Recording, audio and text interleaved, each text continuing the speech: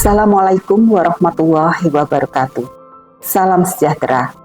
Perkenalkan, saya Wiwi Sri Untari, salah satu dosen di jurusan Agribisnis Fakultas Pertanian, Sains dan Teknologi di Universitas Abdurrahman Saleh, Situbondo. Pada kesempatan ini, saya memaparkan pernyataan diri dalam unjuk kerja Tridharma Perguruan Tinggi, khususnya pada mata kuliah yang saya ampuh, yaitu pengelolaan pasca panen. Mata kuliah ini memiliki bobot 3 SKS dan merupakan mata kuliah wajib di program studi S1 jurusan agribisnis. Mata kuliah pengelolaan pasca panen mempelajari tentang konsep panen dan pasca panen hasil pertanian, komposisi kimia bahan pangan, reaksi biokimia, organik maupun anorganik, serta penerapan teknologi pasca panen, baik itu teknologi sederhana, tepat guna, hingga teknologi modern. Sehingga bahan hasil pertanian selain terjaga kualitas, kuantitas, hingga dapat meningkatkan nilai jual dari bahan pangan tersebut. Selain itu, pada mata kuliah ini terdapat kegiatan praktikum atau proyek. Pembelajaran pada mata kuliah ini berbasis problem-based learning, di mana peserta didik belajar untuk melalui analisis dan pemecahan masalah yang relevan di dunia nyata. Siswa tidak hanya belajar secara teoritis saja, tetapi juga terlibat aktif dalam analisis, perencanaan, desain, development, implementasi, dan evaluasi proyek. Pembelajaran pada mata kuliah yang berbasis problem-based learning dalam pelaksanaan pembelajaran ini menerapkan 3 aspek, yaitu delivery, interaction, dan assessment.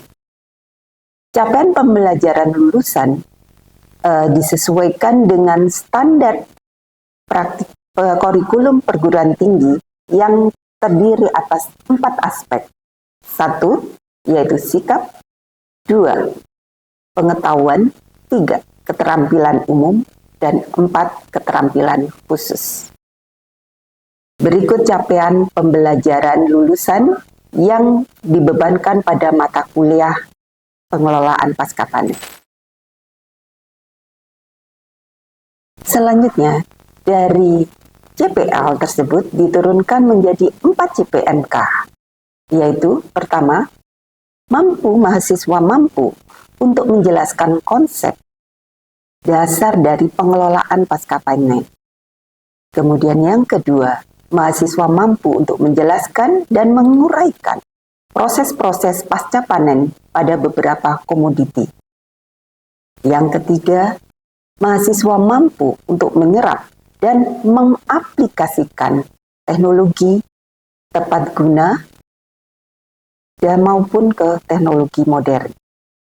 Yang keempat, yaitu mahasiswa mampu untuk merancang atau mendesain suatu produk hasil pertanian dan dapat bekerjasama dalam tim. Kemudian dari 4 CPNK tersebut dijabarkan menjadi 14 sub CPNK, di mana terdiri dari 14 kali pertemuan atau proyek, 1 kali ujian tengah semester, dan 1 kali ujian akhir semester.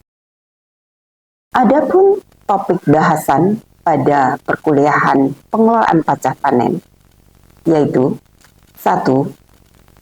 Mempelajari tentang pangan dan komposisi bahan pangan. Yang kedua, teknologi pengelolaan panas. Yang ketiga, teknologi pendinginan dan pembekuan. Yang keempat, teknologi fermentasi. Yang kelima, buah-buahan dan sayuran. Yang keenam, pasca panen dan panen pada jagung, gandum. Yang ketujuh, yaitu pasca panen pada hasil-hasil ternak. Yang ke-8, pasca panen pada penanganan ikan. Yang ke-9, pengemasan dan penyimpanan produk. Yang ke-10, kita mempelajari tentang panen dan pasca panen pada teh, kopi, dan komoditas tebu. Karena ini merupakan komoditas andalan dari Situbondo. Kemudian yang ke-11 yaitu kita mempelajari tentang minyak atsiri. Adapun referensi yang kami gunakan mengingat mata kuliah pengelolaan pasca panen itu merupakan mata kuliah terapan, maka referensi yang dibutuhkan adalah selain dari referensi utama, ada yang juga referensi pendukung. Adapun referensi pendukung adalah referensi adalah dari mata kuliah dasar. Sedangkan referensi utama adalah ke arah teknologi, pengetahuan tentang fisiologi pasca panennya sendiri, tentang tekstur dan lain sebagainya.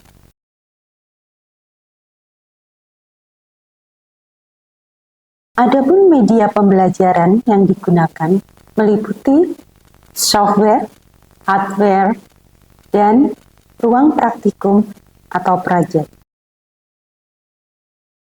Penilaian atas capaian dari mata kuliah ini meliputi 6 aspek, di mana berdasarkan hasil sosialisasi dikti yang dilakukan, yaitu mengalami perubahan basis evaluasi, di mana pada mata kuliah pengelolaan pasca panen ini akan diterapkan mulai dari semester depan, yaitu basis evaluasinya meliputi aktivitas partisipatif, di sini dengan scoring 10%, project dengan scoring 40%, kognitif dan pengetahuan yang meliputi tugas dengan scoring 5%, kuis dengan scoring 5%, UTS dengan scoring 20%, dan UAS dengan scoring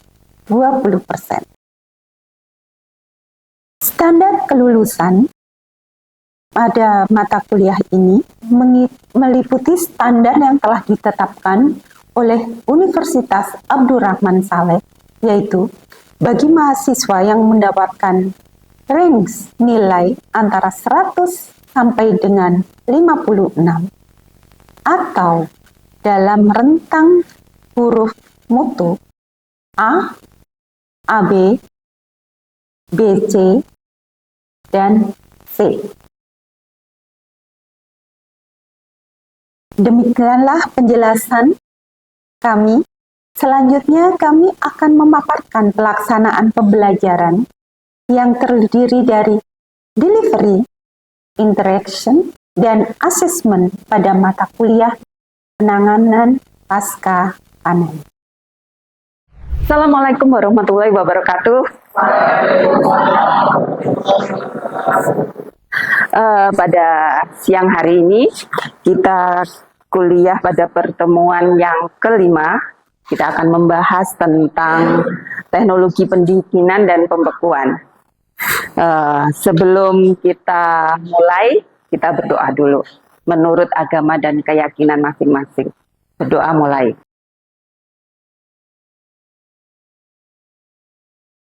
Selesai. Terima kasih. Untuk absensi, saya absen beberapa orang. Absen untuk mata kuliah ini. Sama, Sofia. Ya. Kemudian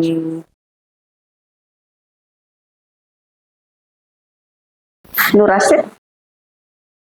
Ya. Angkat tangan ya. Berikutnya adalah pada ini adalah judulnya pendinginan. Kemudian CPMK dari pertemuan kali ini adalah mahasiswa mampu untuk menjelaskan, menelaah dan hal-hal yang berkenaan dengan teknologi pendinginan dan pembekuan. Kenapa ini juga merupakan bagian dari yang karena terapannya itu banyak sekali, terapan di kehidupan nyata untuk pasca panen. Jadi terutama untuk tanaman-tanaman, sayuran, buah-buahan, sampai daging, mulai ikan dan daging, semuanya itu banyak menggunakan teknologi pendinginan dan pembekuan. Adapun referensi yang Ibu gunakan adalah seperti berikut. Anda bisa membaca ini dan beberapa jurnal yang lain untuk pengembangan ilmu tentang pendinginan ini. Berikutnya adalah Ibu akan memaparkan materi hari ini. Kalau kita tidak lepas kalau membahas mengenai pembekuan pendinginan, maka tidak akan lepas dari yang namanya air. 70% kandungan daripada bahan organik itu 70 air. Karena itu pendinginan ini adalah memanfaatkan terutama AW. Jadi kalau kita water activity itu adalah ketika kondisi kandungan air itu, aktivitas air itu sejalan dengan kenaikan water activity. Namun tidak selalu linear, pada pada momen tertentu dia akan landai. Jadi begitu. Semakin tinggi water activity, maka akan semakin tinggi tingkat resiko kerusakan. Kalau Anda bisa sayuran, buahan, tingkat water activity-nya tinggi, maka tingkat kerusakannya akan semakin tinggi. Daya simpannya juga akan semakin rendah.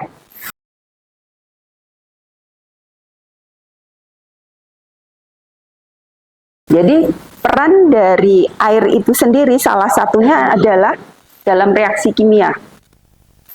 Kemudian aktivitas enzim, kemudian juga pelarut universal, garam, dan lain sebagainya. Juga akan mempengaruhi tekstur, kesegaran, dan keawetan. Karena itu. Jadi prinsip pembekuan adalah ketika suhu itu rendah, akan dapat menghentikan, bahkan menghambat juga mikroorganisme supaya tidak tumbuh dengan baik.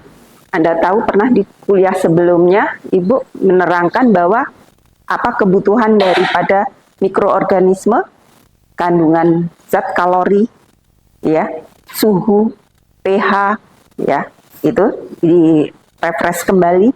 Jadi kemudian suhu juga akan mempengaruhi pada kecepatan aktivitas enzimatik dan reaksi kimia.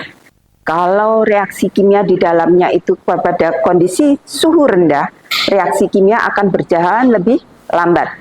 Jika pada suhu optimum, dia akan berlangsung cepat. Kalau sangat tinggi, sampai menimbulkan kerusakan enzim, denaturasi enzim, maka reaksi kimia itu akan berjalan stagnan atau sampai dengan nol, tidak terjadi aktivitas reaksi sama sekali.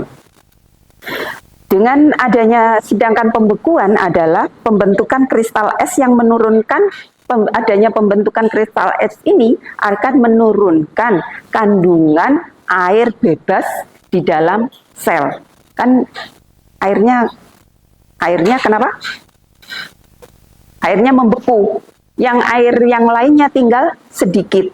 Kalau airnya sedikit, berarti AW-nya naik apa turun? Turun. Ya kan? AW-nya turun. Maka reaksinya berjalan lambat ya. Dia akan semakin menghambat pertumbuhan mikroorganisme. Oke. Proses pembekuan itu sendiri tidak berjalan secepat itu, ada tahapannya. Jadi ada proses pertama pre-pembekuan itu, jadi awal pembekuan dia berjalan turun drastis cepat. Kalau Anda memasukkan es dalam kulkas sampai ini turunnya cepat. Kemudian selanjutnya dia kalau suhu min 1 derajat Celcius, dia agak menurunnya lambat. Setelah melambat, dia akan di bawah itu, di bawah minus 18 derajat Celcius, dia akan melandai. Sudah nganka. Kalau sistem pembekuan itu ada 2 macam, bisa dilakukan pembekuan cepat dan pembekuan lambat. Pembekuan cepat, apa yang terjadi? Pada pembekuan cepat, itu kristal es yang terbentuk itu kecil-kecil. Sedangkan pada pembekuan lambat, kristal es itu bentuknya besar. Otomatis kalau Anda, kalau es, volumenya, kalau sudah membentuk es, volumenya itu besar atau kecil. Semakin membesar atau semakin mengecil? Membesar, ya. Karena membesar. Jadi volumenya itu semakin besar. Kalau bikin es lilin kan membengkak gitu ya. Itu berarti volumenya meningkat. Jadi dengan demikian es akan dinding sel kita ketika ada ini akan merenggang. Sifat dinding sel dari ini kan semi permeable. Dia tidak elastis, karena itu ketika esnya itu semakin besar, dia cenderung untuk pecah dan rusak. Karena itu ketika dia di thawing, itu akan terjadi kerusakan. Ini adalah, kita lihat suhu es.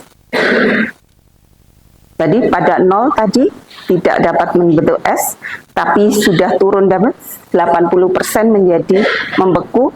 Ketika minus 30 itu sekitar 89 yang membeku, minus 40 derajat Celcius, semua air yang ada di dalam ini akan membeku.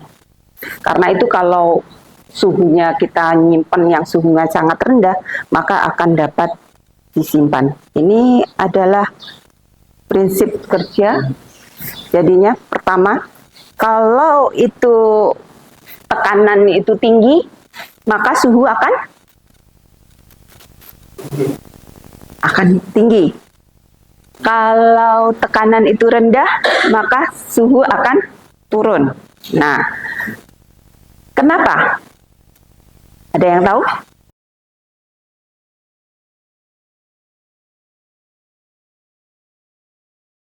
Mengapa? Kalau suhu ketekanan tinggi, suhunya meningkat. Mengapa? Karena molekul terjadi apa? Molekulnya terjadi pergerakan, sehingga kalau terjadi pergerakan, kalau suhu semakin meningkat, maka kalau tekanan semakin meningkat, maka suhu akan meningkat. Why? Siapa yang bisa tahu mengapa demikian? Oke. Ya, terjadi pergerakan molekul, maka energi kinetiknya itu menjadi lebih tinggi. Karena dengan demikian suhu menjadi lebih meningkat. Namun demikian, dalam pembekuan maupun pendinginan ini kita harus memperhatikan dengan sifat-sifat dari karakter dari bahan yang akan kita simpan. Ada yang klimaterik maupun yang non klimaterik. Itu yang kemarin ya kita sudah bahas itu. Ada yang masih ingat nggak yang klimaterik itu seperti apa? Apa yang dimaksud? Oh ya? Kalau klimaterik itu selama proses pematangan terjadi lonjakan kecepatan respirasi secara drastis sehingga daya simpan terganggu. Oh ya, contohnya? Contohnya itu pada Oh ya, kalau yang non klimaterik berarti kan sebaliknya. Ada yang kasih contoh bisa? Ya. Oh ya. Jadi daya simpan itu juga dipengaruhi oleh sifat bahannya. Jadi disesuaikan dengan sifat bahannya. Berikutnya kita akan memasuki untuk tanya jawab atau kita interaksi. Ada permasalahan enggak yang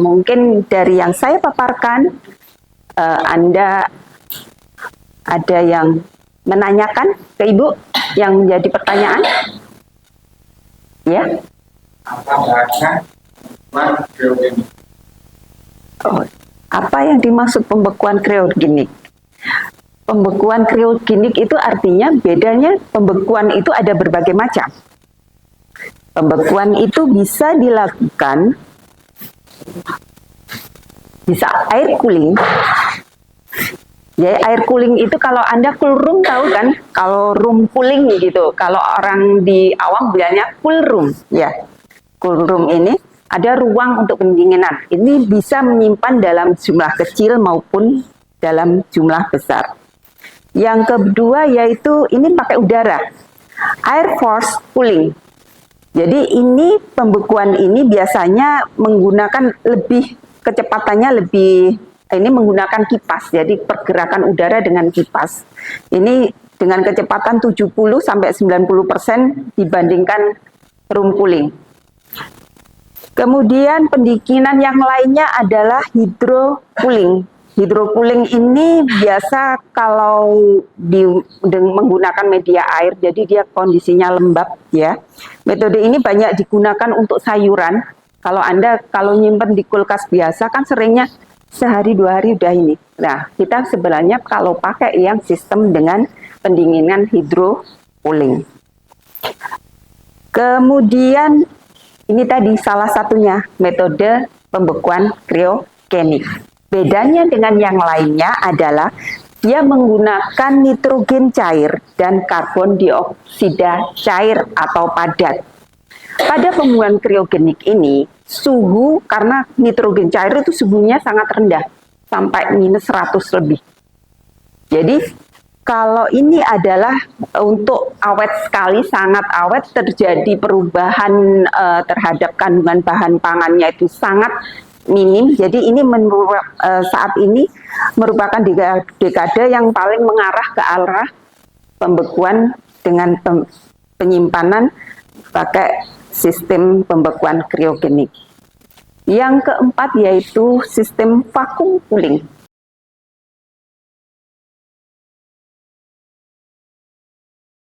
Oke, berikutnya ada yang ditanyakan lagi? Mengapa tidak ada perubahan tekstur, rasa, dan warna pada bahan yang disimpan di kulkas setelah beberapa hari? Karena pada bahan yang disimpan di kulkas, dia rata-rata di kulkas itu termasuk dalam pembekuan lambat. Dia ketika disimpan di dalam kulkas, dia akan membentuk kristal, ya, air pembekuannya membuat kristal yang cukup besar, sehingga sel-sel ketika Anda thawing itu akan sel-selnya akan menjadi pecah beberapa, sehingga tekstur menjadi cukup rusak. Oke, berikutnya kita pada tahap asesmen. Oke, semua asesmennya adalah membentuk, Anda diskusikan bagaimana cara meminimalkan terjadinya kerusakan pada saat kita untuk menyimpan secara dingin, meminimalkan kerusakan bahan pangan. Apa? Bagaimana nih untuk cara meminimalkan terjadinya kerusakan akibat pengolahan ini kalian? Menurut saya, yang pertama pemilihan bahan yang baik atau yang berkualitas. Menurut saya itu dicuci.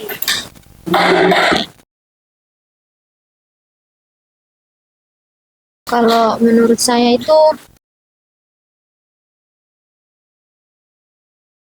untuk di packingnya itu yang berkualitas.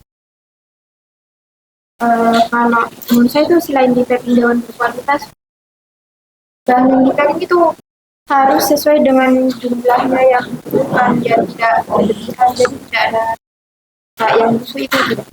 Oke, semuanya udah tahu tadi. Otomatis dari kesimpulan yang kita diskusikan tadi, jadi kalau kita ingin mendapatkan produk atau supaya daya simpan itu lama, yang pertama itu dalam melakukan, kita harus melakukan analisa bahannya itu apa, Kemudian berikutnya kita merancang, mendesain apa yang harus kita lakukan.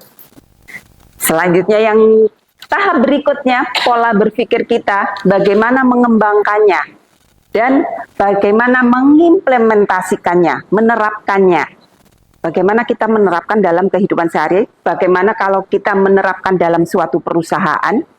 Yang ketiga, yang terakhir yaitu harus yang kita lakukan adalah assessment, menguji. Kalau kita menentukan daya simpan, kita harus menguji dulu. Produk saya diuji sampai berapa lama daya simpannya.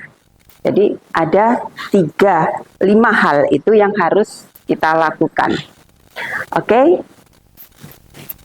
Pada pertemuan hari ini kita cukupkan sampai di sini. Jangan lupa untuk penugasan saya kirimkan di @link.